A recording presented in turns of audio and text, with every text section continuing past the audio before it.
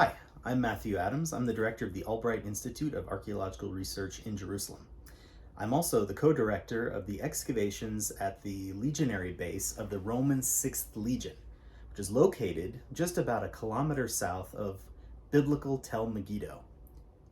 Tel Megiddo is famous for its Bronze Age and Iron Age Israelite remains, and is of course famous for its connection to the Book of Revelation's concept of Armageddon.